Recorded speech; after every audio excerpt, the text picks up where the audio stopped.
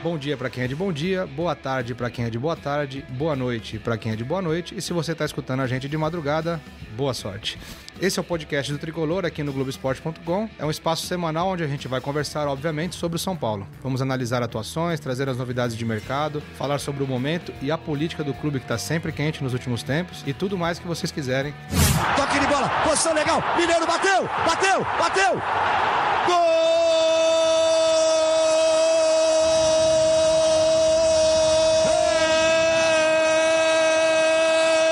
São Paulo!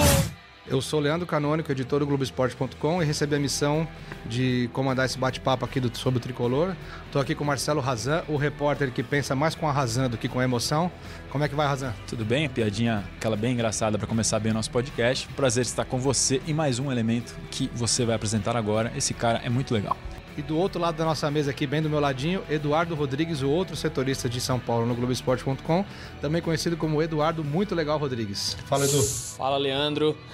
Agradeço aí a sua apresentação com Muito Legal, que virou um bordão aqui nosso. Vai ser um prazer enorme nesse programa de estreia falar aí do Tricolor. Bom, vamos lá então, começando com, obviamente, a tão esperada parada da Copa América. Tão falada parada da Copa América. Parece que todo mundo vai voltar jogando igual o Liverpool, o Barcelona. Vamos ter a Premier League aqui no Brasil. Com certeza. E como é que foi? Como é que foi essa parada? Eu tive muito envolvido na cobertura de Copa América, vocês tiveram o dia a dia aí do São Paulo. Essa parada, todo mundo espera muito, né, dos times. Os jogos treinos do São Paulo foram todos fechados. A gente teve que buscar muita informação aí de bastidor para saber como foi. E o que o torcedor do São Paulo pode esperar logo de cara, já no dia 13, clássico São Paulo e Palmeiras no Morumbi? Eu diria que tão ansioso quanto o torcedor tá a gente também para ver o time do São Paulo jogar, porque a gente praticamente não viu, né, Leandro? A gente só teve acesso a um dia de treinamento, foram 2 treinos abertos. Se a gente puder ser um pouco mais crítico, a gente praticamente não viu enquanto estava jogando também, né? Porque tava meio... É verdade.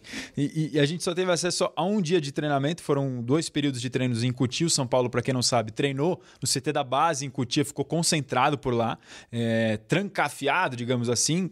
De segunda a sábado treinava em Cotia, domingo folgava e depois na segunda semana da mesma maneira, até agora essa última semana de preparação para pegar o Palmeiras. Fez 2 jogos treinos, um contra o São Bento e outro contra o Cuiabá. Ganhou os 2. A gente vai falar um pouquinho mais sobre as escalações, sobre as impressões, mas a gente não pôde ver esses treinos, esses testes que o Cuca teve com as peças novas, com alguns jogadores que estão voltando. É um São Paulo diferente que vem para esse segundo semestre. O que a gente sabe é de apuração, né? Exatamente. O clube não divulgou nada. O que o clube informou de maneira oficial e o que a gente sabe é de apuração dos nossos repórteres que estão no dia a dia, estão conversando com as pessoas. Explica um pouquinho para quem está ouvindo a gente, Edu, como é que foram esses jogos, assim, que... Explica também assim, o São Paulo optou por jogos treino, né? Os outros times, como Corinthians, Palmeiras, optaram por amistosos. Sim. Né? Como é que foram esses jogos? Quem começou jogando? O tempo que jogou com reserva, o tempo que jogou com titular, eu acho importante pontuar isso para saber como é que tá cada time, cada opção que o Cuca treinou. Leandro, a gente conseguiu, antes de falar um pouquinho do jogo treino, teve um treino que foi aberto em 2 períodos, que foi uma terça-feira atípica, abriram o treino da manhã e o treino da tarde. E nos 2 tiveram alguns treinos entre as equipes, então o time titular e o time reserva. E a gente pôde ver um São Paulo muito mais... claro, é treino, não dá pra gente observar tanto, mas foi um treino muito pegado. A gente até viu ali Anthony Calazans em certos momentos, umas entradas mais ríspidas, empurrões, parecia jogo mesmo, o pessoal não estava aliviando. E a surpresa que a gente viu nesse treino aberto foi Hernanes e Pablo. Foram os que foram bem avaliados pela comissão técnica. A gente, até no Globoesporte.com, a gente soltou uma matéria dizendo isso, que eles tiveram uma avaliação muito boa. Falando agora do jogo treino que a gente não pôde ver, primeiro contra o São Bento, ganhou de 4-2. No primeiro tempo, jogou com o time reserva. Até o primeiro gol contra o São Bento foi feito pelo Diego, um menino da base, que a gente vai falar mais pra frente aqui no podcast. Ele fez o primeiro gol, um volante que subiu aí pros profissionais, está em fase de transição. E no segundo tempo, os gols foram marcados por Pato, Tietê e Toró. E no segundo jogo treino, que foi contra o Cuiabá, foi feito no Morumbi. E aí o Cuca já mudou, colocou o time que ele acha, o time como base. Titular. Considerado titular. Marcelo Razan daqui a pouco vai passar a escalação desse time. Não, daqui a pouco não, já vamos agora. Então, Razan, qual a escalação titular do São Paulo no jogo treino contra o Cuiabá, que é a escalação que, teoricamente... É o mais próximo do que o São Paulino pode esperar. Vai enfrentar Exato. o a gente Palmeiras. tem que esperar essa semana dependendo de quando você está ouvindo, mas enfim. A escalação do São Paulo contra o Cuiabá. Thiago Volpe, Hudson na lateral, Arboleda, que a gente esperava inclusive que fosse vendido, por enquanto está mantido no elenco, Bruno Alves e Reinaldo.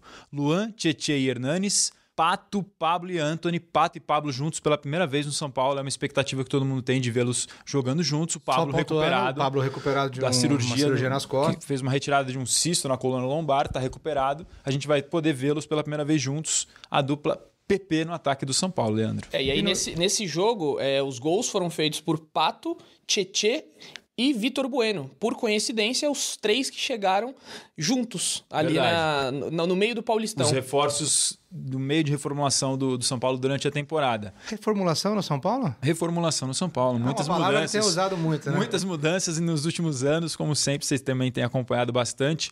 Só para pontuar ainda sobre o jogo treino, primeiro tempo com os titulares, segundo tempo com os reservas. Primeiro tempo acabou 2-0 para os titulares, nessa escalação que eu falei agora, e os reservas empataram por 1-1, aí o gol do Vitor Bueno, que o Edu falou, terminou 3-1 no Morumbi. Estava marcado para o CT de Cotia, o jogo treino foi no Morumbi, 50 minutos cada tempo, e o São Paulo fechou a semana de treinamento. Até porque o clássico vai ser lá, então é importante exatamente, já para o time já terem... voltar a se adaptar ao campo. E aí fechou a semana de treino na Barra Funda, que agora é o local onde o time volta depois desse período de concentração de 2 semanas. Na semana passada, quando vocês fizeram a transmissão ao vivo do treino do São Paulo no CT, me chamou muito a atenção o que vocês falaram da atuação do Pablo. Como é que tá o Pablo? Ele tá bem?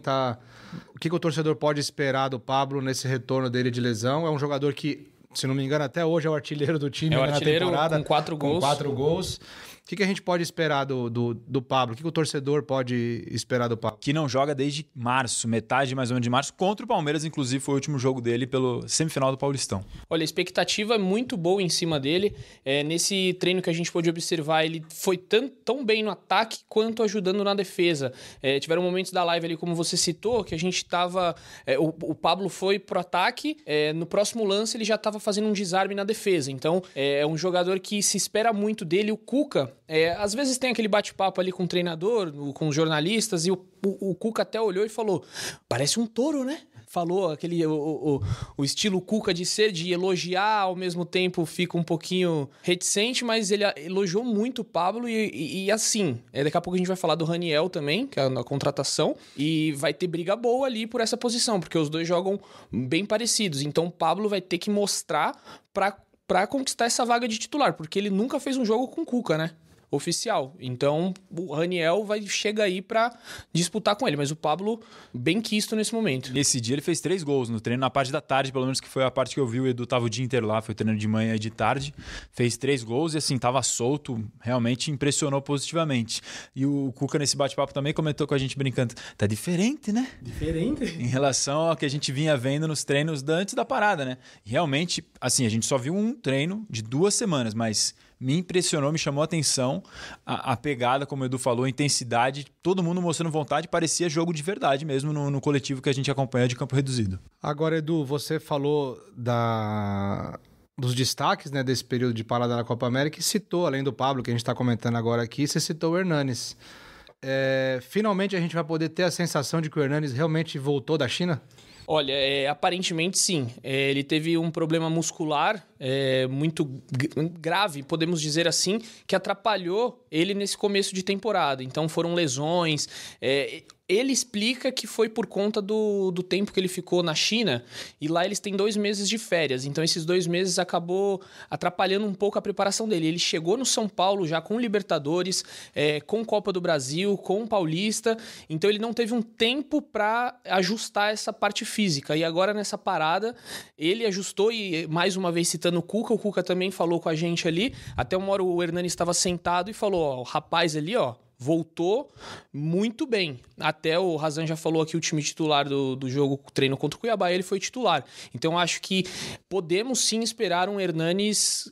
O Hernanes, que todo mundo conhece nesse retorno. E ele mesmo tem essa expectativa, porque antes da parada ele falou, não vejo a hora de chegar à parada da Copa América para poder me recondicionar e chegar no meu 100% enfim, fisicamente, porque até agora isso não foi possível, seja pela lesão de desequilíbrio muscular que ele teve no começo do ano, ou lesão muscular mesmo que ele teve num jogo contra o Palmeiras no Pacaembu. O Hernanes realmente não é nem sombra daquele jogador que salvou o São Paulo do rebaixamento em 2017. Então quer dizer... o Hernanes está trazendo para si essa responsabilidade de que nesse segundo semestre, nesse retorno, terceira passagem dele para o São Paulo, ele vai ser diferente. É um jogador que tem caixa para isso, né? Para assumir essa responsabilidade. Teve lampejos no primeiro semestre de bom futebol, fez gols importantes, né? Teve momentos importantes de liderança, e agora a expectativa é muito grande em cima dele e de outros jogadores, mas ele principalmente pela liderança. Agora eu quero saber de vocês, assim, até para fechar esse tópico e a gente partir para outro, aproveitando para vocês fazerem um resumo do que vocês acharam. Óbvio, o São Paulo teve período de folga, muitos treinos fechados, mas do que vocês ouviram lá, qual a expectativa do São Paulo para esse segundo semestre? Olha, eu acredito que não dá para prever, mas a expectativa é brigar na parte de cima da tabela, brigar por Libertadores e, por que não, título brasileiro. O primeiro jogo já é contra o Palmeiras, você ganha de um Palmeiras que não perdeu ainda no campeonato, o time já fica com moral elevado. Então, é aquela coisa, vai ter que mostrar que essa... Palmeiras que perdeu o amistoso pro Guarani no meio de semana. 2-1 no Brinco de Ouro. Exatamente, e aí a gente tem que ver se essa parada realmente foi capaz de mudar, de modificar. Vamos ver, eu acho que a expectativa hoje é muito boa, muito positiva, um saldo positivo dessa parada, até porque eles ficaram enclausurados, podemos dizer assim. Eles ficaram concentrados em Cotia e o Cuca a todo instante fala, foi importante porque quando acaba o treino aqui, eles não voltam para casa, eles vão para uma piscina, fazer recondicionamento na piscina, eles vão pro gelo, eles vão fazer alguma outra coisa focados aqui. Até no momento de lazer também. Até no momento de lazer. Então o Cuca viu isso e ele ficou vislumbrado com o CT de Cotia. Pra quem não conhece, aliás, é uma estrutura espetacular que o São Paulo tem pra base. Então eles comem lá, eles faziam tudo lá, teve uma interação com a base, que foi muito integração legal. Com a base e com o feminino também. Com o feminino também. Então esse tempo lá acho que vai ser ideal pro São Paulo. O próprio Cuca, inclusive, falava que podem esperar que no segundo semestre, aí sim vão poder cobrar dele o nível que ele espera do São Paulo, porque até então ele não teve um tempo maior para treinar o time e agora ele teve esse período. E ele dizia, inclusive, que aumentou o tempo de folga para os São Paulinos, porque teve muita polêmica antes da parada. Quantos dias de folga o São Paulo vai ter? 9, 10, 12, 7 dias? E aí a torcida, naquele momento, e até hoje o São Paulo está 6 ou 7 jogos, eu não tenho certeza de cabeça, sem vencer, estava num momento de crise. O período de folga gerou uma polêmica muito grande no São Paulo. E o Cuca bancou, chamou para si a responsabilidade e falou, não, vou dar 9 dias de folga, porque tenho certeza que 3 semanas de treinamento são mais do que suficientes para preparar o time da maneira que eu quero. Já passamos 2, estamos na última semana de preparação do São Paulo e agora a expectativa é para ver essa melhora. Mas eu acho importante pontuar que quem acompanhou também alguns dos jogos treinos não viu assim tão alto nível de futebol do São Paulo, principalmente no segundo contra o Cuiabá no Morumbi, embora tenha vencido o time adversário por 3-1. Então, aproveitando que a gente falou de Hernanes, momento profético. Bota a trilha, Leão. Razan, com você. São Paulo no segundo semestre. Briga por título brasileiro, briga por vaga na Libertadores, meio de tabela ou luta contra o rebaixamento? Briga por Libertadores, acho que o São Paulo vai melhorar muito no segundo semestre. Foi mal no primeiro, abaixo das expectativas, tudo bem que chegou na final do Paulistão, mas acho que não vai piorar esse tempo de período para treinar. Foi importante, chegou o Raniel, os jogadores que estão no DM estão voltando. São Paulo tem opções para jogar muito melhor no segundo semestre e acho que vai brigar na parte de cima da tabela. Em vez de momento profético, é uma resenha profética, né? Falou mais que rádio. Edu! Não dá pra mostrar no podcast porque é em áudio, mas tô pegando uma caneta aqui assinando embaixo do que Marcelo Razan falou. Nossa! Ficou em cima do muro. Não, em cima do muro não. Assinei embaixo aqui, ó. Libertadores. Acompanha o relator. Acompanha o relator. Leão, vamos abrir espaço pro Leão aqui, momento profético pro Leão também. Leão, que pra quem não sabe, é um apelido carinhoso que me deram para me diferenciar do outro Leonardo, que é muito maior do que eu, Leonardo Lourenço, que faz parte do podcast do Santos, né? E, na minha opinião, eu vou assinar com o relator também. Acho que o São Paulo briga por Libertadores, mas acho que tem time pra chegar lá em cima. Acho que briga com o Santos pra ser esse protagonista na briga com o Palmeiras pelo título. Olha aí. E agora, Leandro Canônico. Bota a trilha pra mim. Briga por Libertadores. Vaga direta. Legal, todo mundo me copiou. É que você é diferenciado, né? Isso daí a gente tem que ressaltar. Então vamos lá, dando prosseguimento, seguindo adiante aqui com o nosso podcast. Falamos agora de parada de Copa América. Foi um papo muito legal, muito bacana.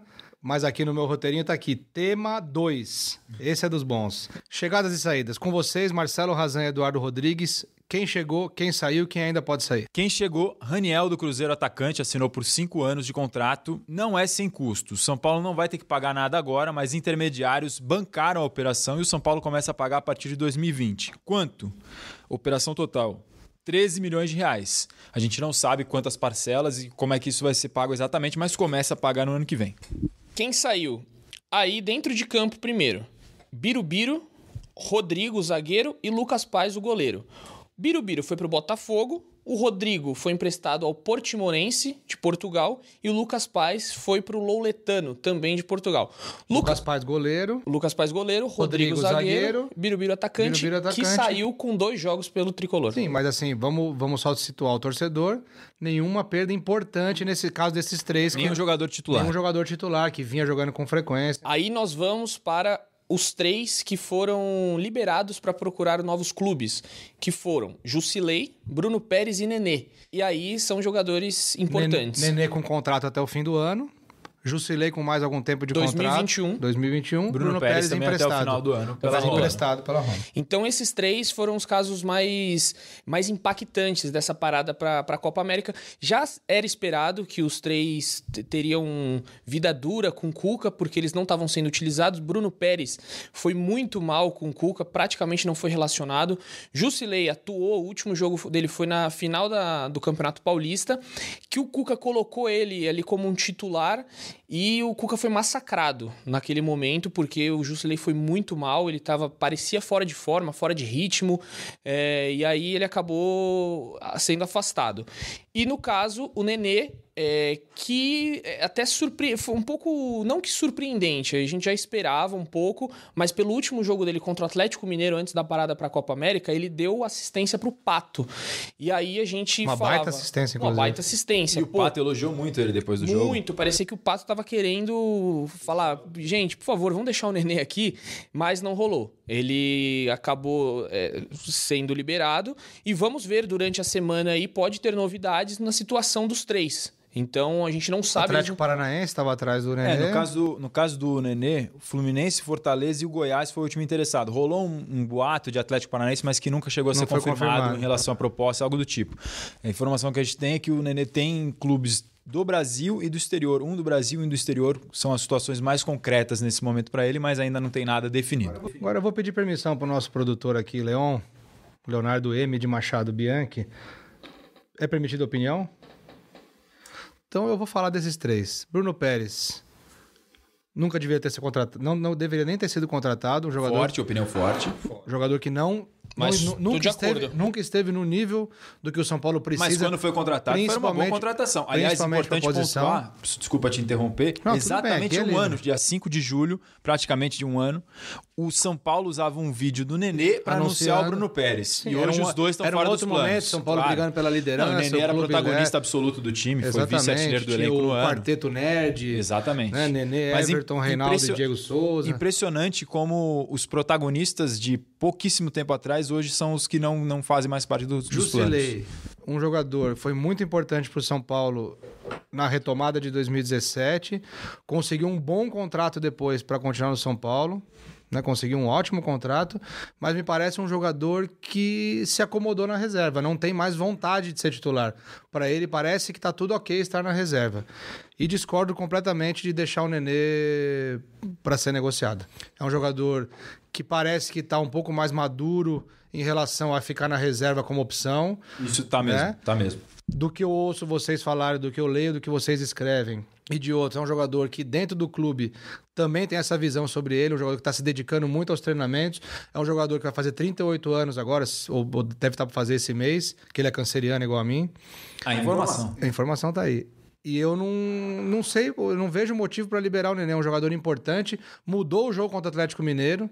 Entrou, pegou a bola, cadenciou o jogo, deu um baita passe pro Pato fazer o gol. E é o que o Pato falou um pouco, é o jogador que tem esse último passe e falta pro São Paulo. E seria uma opção, óbvio, para começar jogando, talvez não. O Cuca queira um jogador mais dinâmico do que ele, mas um jogador importante para um segundo tempo, um jogador para chamar a responsabilidade num clássico, num jogo decisivo. Eu, particularmente, concordo com os outros de serem liberados, mas discordo do Nenê. E aí, quero a opinião de vocês, quero saber, tem alguma chance de reviravolta? Porque ele tá treinando na CT da Barra Funda. O Nenê... Tá treinando sozinho, né? Sem o time lá. Sim, mas ele o Nenê pediu pra continuar treinando no clube. Diferentemente do Jusilei, que Marcelo Razan informou, que recolheu as coisas dele no CT já da Barra Funda. Então, nesse caso eu não vejo reviravolta. Concordo com o que você falou, Leandro. É Leandro, meu nome. Com você, Leandro. Concordo com o que você falou, Leandro, sobre o Nenê. Também acho que não deveria ser liberado.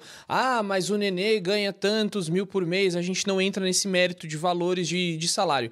Se o São Paulo um dia deu a chance, deu a oportunidade de pagar isso, que banque ele agora. Vai ficar até o final do contrato. Liberar um jogador que é importante, deu assistência na última rodada do campeonato, antes da parada pra Copa. E são mais 5 meses só, pô. E são mais 5 meses. Então, eu achei que você pode deixar o ambiente um pouco pesado. Não é o que a gente tá vendo nos treinos, mas eu acho que poderia criar ali uma inimizade. Igual o Pato saiu em defesa dele na última rodada. E você pega e tira, você pode deixar um clima que já é ruim, pior.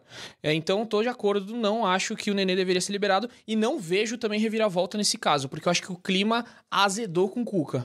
Só fazendo um contraponto, mas eu concordo em relação ao Nenê. Acho que ele poderia ser útil, sim, para o São Paulo no segundo semestre, mas pensando um pouco com a cabeça das pessoas do São Paulo, que é o que a gente ouve de informação, explicando o porquê dessas saídas, tem a ver com a questão financeira, porque o São Paulo está precisando de dinheiro, precisa liberar a folha, e tem a ver com uma mudança de perfil do elenco que o Cuca está fazendo nesse time. É clara a mudança de perfil de tirar os caras um pouco mais velhos e pegar os caras um pouco mais novos. Tá promovendo garotos, tá tirando esses caras mais velhos, tá baixando a folha salarial e tá mudando esse perfil. O que o São Paulo tá fazendo? Reformulação. Tá reformulação. Reformando não, reformulando. Então esse é a visão deles. Precisa liberar a folha salarial, por isso também, por exemplo, o Diego Souza saiu, era um cara que foi artilheiro do elenco no ano passado e esse ano saiu por isso, porque tinha um salário considerado alto, estão mudando o perfil, precisa de grana, saiu o Diego Souza, então querem liberar o Jusilei também por isso, não vem sendo usado, não está nos planos, enfim. Essa é a visão do São Paulo. Minha opinião a respeito do Nenê, acho que poderia sim ser útil no segundo semestre, mas pelo que a gente tem de informação, muito difícil de ter uma reviravolta. O caso do Bruno Pérez já não vinha sendo utilizado, também acho que já é uma situação que estava sacramentada. O Jusilei discutível, porque é uma posição que tem bastante volante, mas é um cara que eu acho que é claro que a relação custo-benefício faz toda a diferença na análise e a gente não tem valores de quanto cada um onera a folha. Mas é um cara que eu acharia também acho importante para ter no elenco. É claro que tem Lisiero, tem Luan, tem muito jogador nessa posição. Tem o William Farias, que foi uma contratação muito questionada também. Sim. Mas o Jusilei é um jogador importante e cabe muito time da Série A. Muito time. Então, só resumindo aqui. Então, chegadas. Raniel...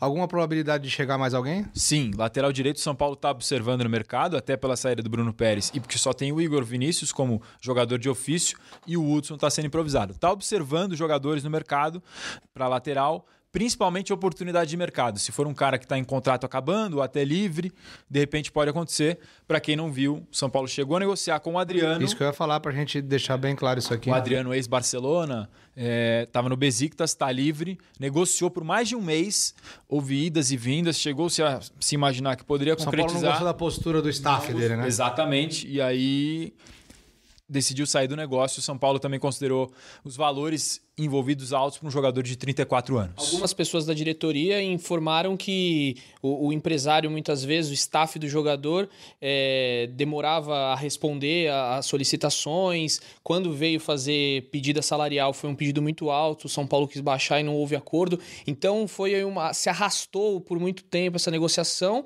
e o São Paulo... A mesma coisa aconteceu com o Dineno, Juan Dineno. Muita gente começou a perguntar Dineno.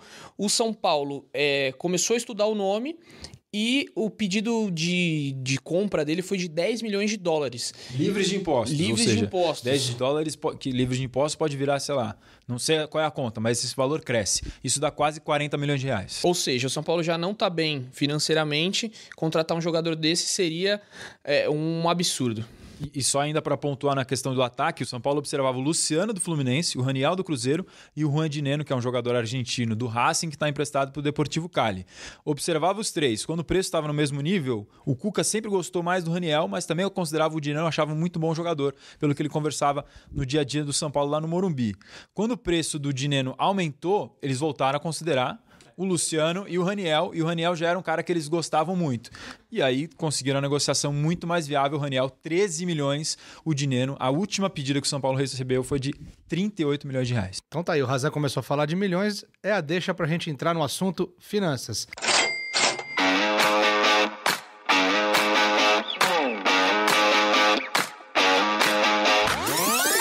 Não é o dinheiro em jogo do Rodrigo Capello, mas podemos falar de finanças aqui também. E se um dia, Capelão, se quiser vir para cá, pode vir um dia participar, falar tudo que você sabe, porque eu sei que você procura capelo em ovo.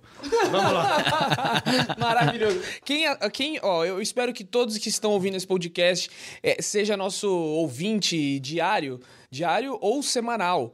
Ouçam os podcasts que Leandro Canônico é o rei dos trocadilhos. Vocês vão se divertir aqui também, tenho certeza disso. Só tem uma palavra: desfrutem. Que vergonha, velho. Então vamos lá. Finanças. O mais importante, chegadas, saídas, mas o tema da parada da Copa América, a polêmica financeira no São Paulo, foi o atraso nos direitos de imagem, algo que não era um problema mais para o São Paulo nos últimos tempos, não vinha sendo problema, é algo que estava sendo raro no São Paulo, estava tendo uma estabilidade salarial ali, e eu queria que o Edu falasse um pouco sobre isso. O Edu esteve muito em cima desse assunto, e eu acho importante deixar claro, eu particularmente, atraso de direitos de imagem, atraso de salário. Ah, não, mas o salário na carteira é um, o direito de imagem é outro. Não, é atraso de salário. O direito de imagem faz parte do salário do jogador. O jogador conta com aquele dinheiro por mês. Dinheiro, não importa se ganha pouco, muito, se é mais do que a média da população. Não importa, é o salário, ele assinou um contrato e ele tá para receber aquilo lá. Direito de imagem é salário. Então, o assunto, atraso salarial no São Paulo. Edu, como é que foi essa polêmica? Já foi resolvida, não foi? Tem previsão de ser? O microfone é seu. Importante você ter falado isso, que é salário. O São Paulo trata o quê? 70% do valor é na carteira de trabalho e 30% é em direito de imagem. Ou seja, é sim salário. E atrasou, segundo o São Paulo, de 20% do elenco. Não são todos os jogadores. Eu e Marcelo Razan, a gente chegou a fazer uma busca, né, para ver quem eram esses jogadores. Claro que os staffs não falam, as pessoas ligadas ao jogador não falam, mas a gente viu ali que, importante dizer isso, esse atraso de salário não influenciou nos jogadores. Eles já estavam cientes disso, a diretoria conversou com eles que isso iria acontecer e afirmam que não teve nenhum dano, assim, alguém ficou de bico, alguém ficou emburrado por isso. Foi uma coisa que rolou naturalmente. O São Paulo diz que vai pagar essa quantia até o início do Brasileirão. A volta do Brasileirão agora é dia 13 de julho contra o Palmeiras. Então, a expectativa é que seja pago durante essa semana. Por quê?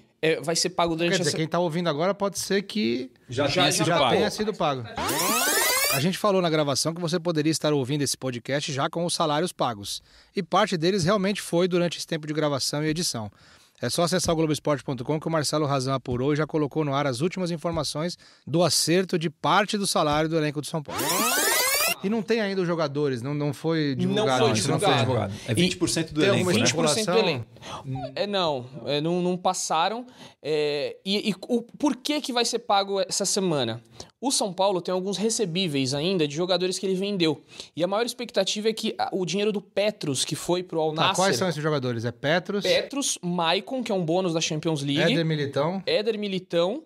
David Neres também pela... David Neres não, minto. O Thiago Mendes também pela classificação... Vaga na Liga dos Campeões. Na Liga dos Campeões.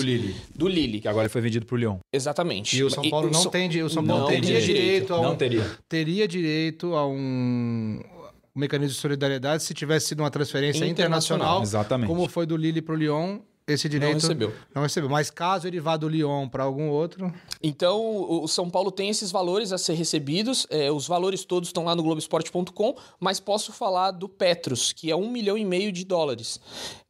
Então, o São Paulo tem esse a receber e espera esse dinheiro para quitar essa dívida de direito de imagem. Se for aquela coisa, se não receber, pode ser que não consiga rolar esse pagamento, mas a expectativa é começo do Brasileirão. E aí, outra coisa importante que a gente vai falar é dos empréstimos em bancos, que o São Paulo foi atrás. O Marcelo Razan esteve lá no reunião do Conselho e acho que ele pode até falar um pouquinho melhor desse tema. Teve protesto da torcida. Teve protesto.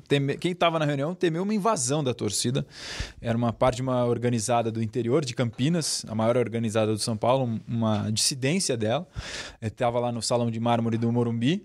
E aí quem estava dentro da reunião falou que foi uma gritaria muito grande, os caras batendo nos portões, acharam até que poderia rolar uma invasão, a polícia foi acionada, depois acabou controlando os ânimos, nada demais aconteceu. Eles aprovaram, na verdade assim, para deixar bem claro isso, que é um tema um pouco complexo, o Edu vai complementar depois, porque ele conversou com o diretor financeiro, o Elias Albarello. O Conselho só ratificou... Daqui a pouquinho vamos ouvir uma sonora do Elias Albarello aqui no podcast do Tricolor. Exatamente. O Conselho Deliberativo do São Paulo só ratificou um empréstimo que já tinha sido pego pelo São Paulo. Esse dinheiro já entrou no caixa do São Paulo. Porque assim, o clube não pode esperar uma reunião no Conselho, aprovar um empréstimo para pegar o dinheiro de uma conta que precisa chegar todo dia. O fluxo de caixa... E se o Conselho não todo aprova? Dia aí seria um problema, que nunca aconteceu na história. Na história inteira não posso dizer. Mas o que na história recente não aconteceu. Por quê? Por que o clube já pode fazer? Então eles contam com a sorte. Não contam com a sorte. Quando começou a gestão do São Paulo, essa gestão do Leco, o Conselho Deliberativo autorizou a gestão a pegar empréstimos até R$50 milhões. É 50 milhões. O clube está autorizado, a gestão está autorizada a pegar empréstimos de até R$50 milhões. Então ele trabalha em cima desse orçamento. Depois, quando os empréstimos são feitos, se eles ultrapassam o tempo de gestão desse mandato do Leco, até o final de 2020, ou um determinado valor em cada operação, isso tem que ser ratificado pelo Conselho, que foi o que aconteceu agora nessa reunião, na última do Conselho Deliberativo do São Paulo. Foram R$18 milhões pegos em empréstimos em bancos.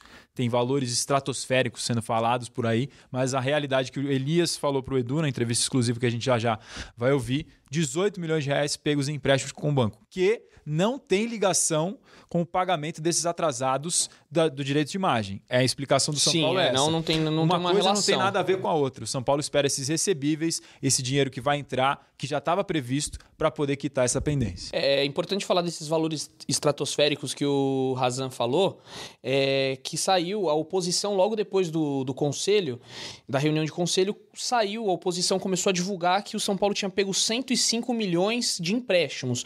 O Elias falou para nós que não. Isso aí, esses 105 milhões, juntaram de uma forma equivocada os valores do último trimestre de 2018 e do começo de 2019. No montante, poderia chegar a 105. Ele falou que até poderia, não é nenhum número exato.